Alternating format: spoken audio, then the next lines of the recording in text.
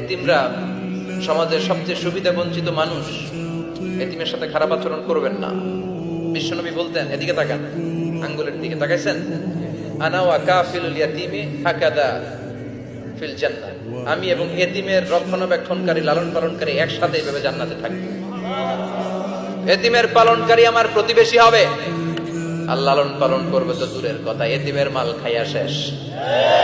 আসলে নাই, ইন্নাল্লাযীনা ইয়াকুলুনা আমওয়ালাল ইয়াতামা যুলমান ইন্নামা ইয়াকুলুনা ফি বুতুনিহিম নারা ওয়া সায়াসলাউনা সাঈরা। তুই এতিমের মাল খাস, তুই এতিমের সম্পদ খাস নাই, তুই জাহান্নামের আগুন পেটে ঢুকিয়েছিস।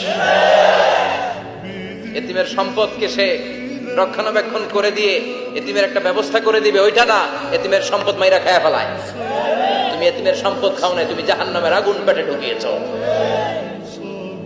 এতিমকে ভালোবাসবেন, এতিমরে ভালোবাসা মানে নবীরে ভালোবাসা, কারণ আমার নবী এতিম ছিল, ঠিক কি না? এতিমের মাথায় হাত বুলিয়ে দিবেন। আল মাসহু, খেয়াল করেন, আল মাসহু আলা রাসিল ইয়াতীম ইউজিলু কাসওয়াতাল কলব। এতিমের মাথায় হাত বুলিয়ে দিলে হৃদয়ের কাঠিন্যতা দূর করে দেয়।